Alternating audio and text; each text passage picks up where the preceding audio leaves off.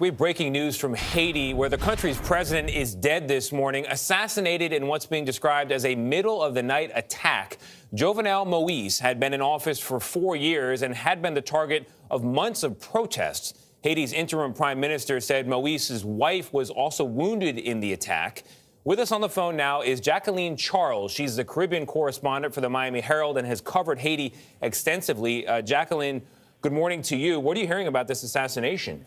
Yes, hi, good morning. So what we are hearing is that it occurred in the middle of the night or the middle of the morning, sometime around 1 a.m., according to the current acting interim prime minister.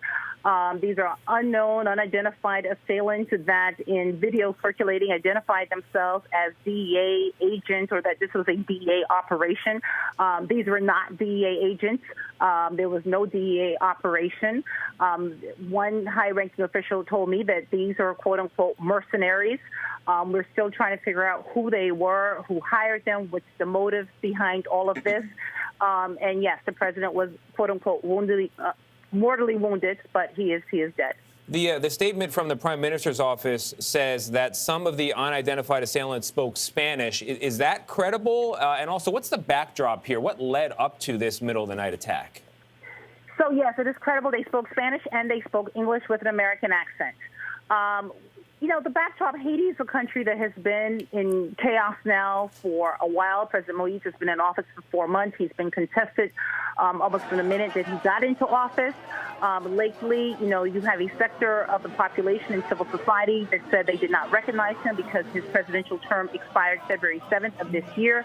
He said no, he still had another year to go. The United States actually backed him up on that claim.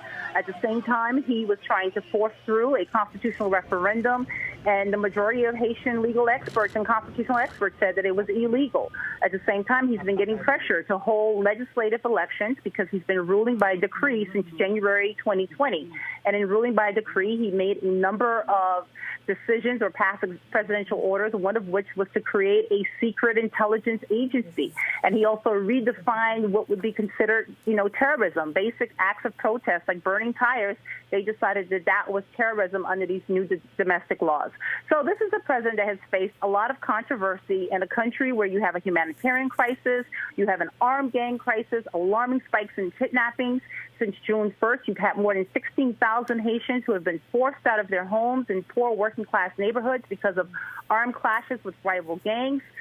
You also have an economic crisis. I mean, it has just been an overall country that's volatile. And today, with the death of the president, I've been told that there is no constitutional legal solution in terms of who should take charge. All right. Well, a dramatic overnight development in one of America's closest neighbors there in the Caribbean.